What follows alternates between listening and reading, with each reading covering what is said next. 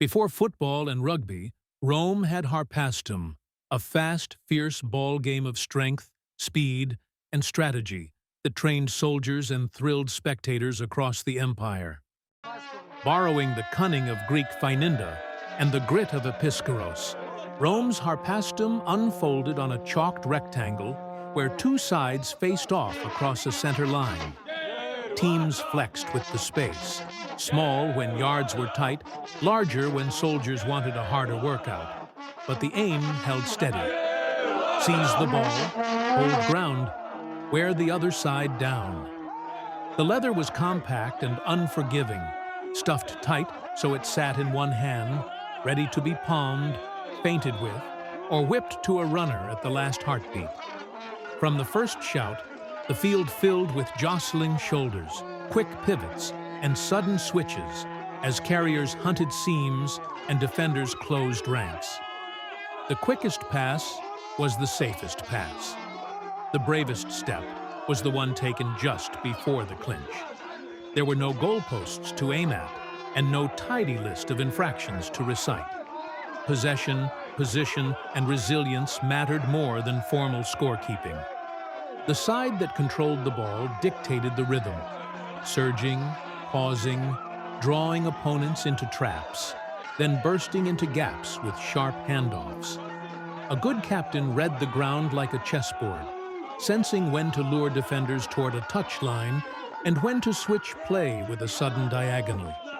Training favored agile shoulders and strong hips. Matches rewarded calm lungs and clear voices. A call of your name, a glance, a flick of the wrist, that was enough to move the leather from danger to daylight. Observers praised the game for working the whole body. Short sprints tested legs. Clinches built back and arms. Sudden cuts honed balance and breath. Veterans alternated bursts with deliberate resets, conserving energy and frustrating opponents who craved a steady pace. Youths chased the ball wherever it flew.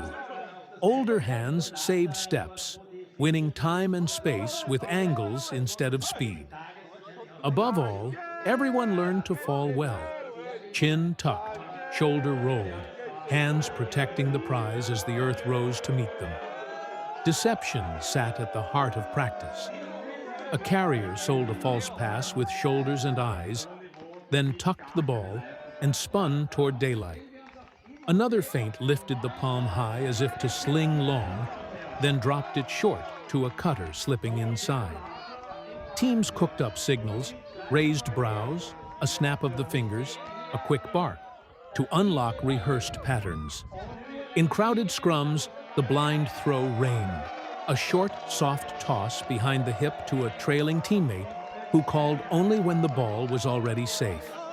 The sweetest sound was the call arriving a heartbeat after the catch.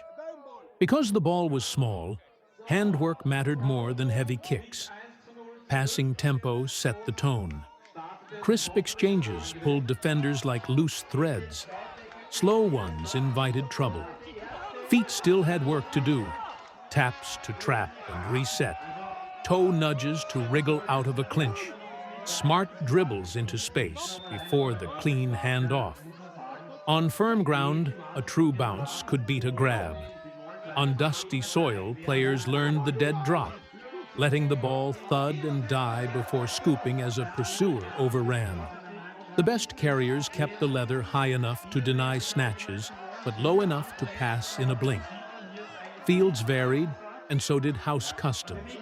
Lines might be scratched with a stick, stoned with pebbles, or pinned by leather flags. Training yards ran tight, forcing constant contact. Village greens could stretch wide enough to breathe. Before a match, both sides settled restarts after a ball crossed a line. How to judge borderline holds and whether a pinned player must release at once. The spirit was competitive but practical. Agreements spared arguments, and arguments wasted breath needed for the next rush. Roles formed without speeches. In the crush were anchors, broad-shouldered grapplers who lived for first contact and could wedge daylight where none existed. On the edges ran switchers, light on their feet, ready to explode when the ball popped clear.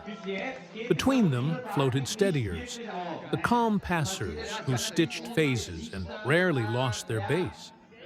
Captains paired anchors with switchers, set a steadier to shadow both, and drilled hand signals until instinct replaced orders. Good teams looked quiet to outsiders because the best messages traveled in silence. The game slipped into daily life. Legionaries tucked a ball into their packs and marked lines at the edge of camp. Boys in schools learned it alongside letters. Apprentices bolted to the yard after chores. Elders set the tone while youngsters supplied speed. Shade drew spectators, and wagers, pride, and salty jokes moved as freely as the leather. Bruises were badges, so were chalked scrapes and torn hems. Afterward, players rinsed cuts, shared bread, and replayed daring feints long after the dust fell. Strategy bent to conditions. A crosswind flattened passes. Heat shortened phases and multiplied breathers. Damp grass lowered centers of gravity and widened switch runs. Some captains opened like a storm to stake early dominance, then rested inside measured phases. Others stayed patient, tightening the coil until lungs burned and lungs, then letting speed loose. Discipline off the ball mattered as much as courage on it. Defenders mirrored hips to shade lanes, and the final tackler found the blind side. Injuries happened, and custom kept order. A teammate raised a hand to pause the crush, then carved space while the downed player found a knee or limped free. Grudges were settled in the next rush, not with late hits after the play. Reputation traveled. Sides that played mean found few partners next week. Sides that played hard but fair never lacked opponents. The unwritten code favored resilience over revenge and prized the handshake after the last breath of play. Equipment stayed simple and tough. The ball's stitching showed and held. Leather took oil against grip. Stuffing kept its shape despite a day of grapples. Wrists were bound with cloth. Belts cinched tight. Soft caps shielded brow and ear. Sandals laced snug to stave off heel blisters through the stop-start sprints. On cold days, a thin tunic under a heavier one kept warmth between bursts. In high summer, wet cloth at the neck cooled the pulse. In every season, the lesson was the same.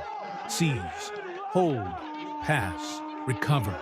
Again and again, until the field itself seemed to breathe with the team.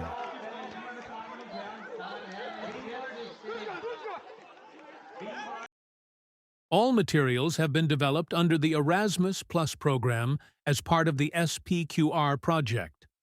This project is carried out by a wide partnership of esteemed organizations, with the Interactive Bulgaria Foundation serving as the project coordinator. Other partners include Mos Maiorum Ulpiae Serdicae and the National High School for Ancient Languages and Cultures, Konstantin Kirill Filosov from Bulgaria, the European Schools Brussels IV from Belgium, Associatia Culturala Tomis from Romania, Familia Gladiatoria Egyesulet from Hungary, and Geza Frank from Austria. In addition, 18th High School Sofia and Dwolf Studio from Bulgaria are contributing as associated partners.